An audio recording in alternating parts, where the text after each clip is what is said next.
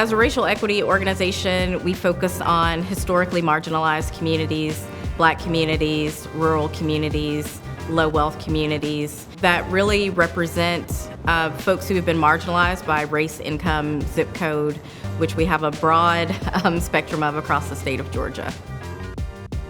We choose to do work in 4 distinct areas. One area is around energy equity and climate justice. That is our Just Energy portfolio. Just Energy is a framework for advancing energy equity, and we define energy equity as the fair distribution of the benefits and burdens of electricity production and consumption.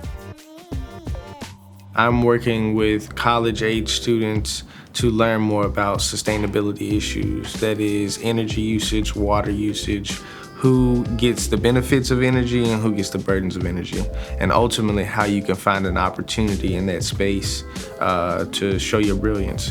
85% of all green jobs are white males, and we want to do something about that. We know that it doesn't take a Yale degree, it doesn't take you to be 35 years old to be able to go get on the roof and install some solar, or go into a sales department and work in hydroelectric, or go and be an advocacy person at a law firm. You can do all of those things while being young and of color in Atlanta right now.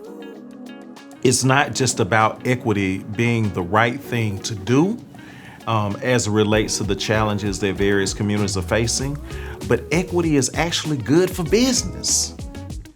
And for American Family Insurance to begin the process of measuring value differently and understanding that their contribution to the community can really extend far beyond their profit margin, it means the world to me, because there's so many people that don't understand that we all do well when we all do well.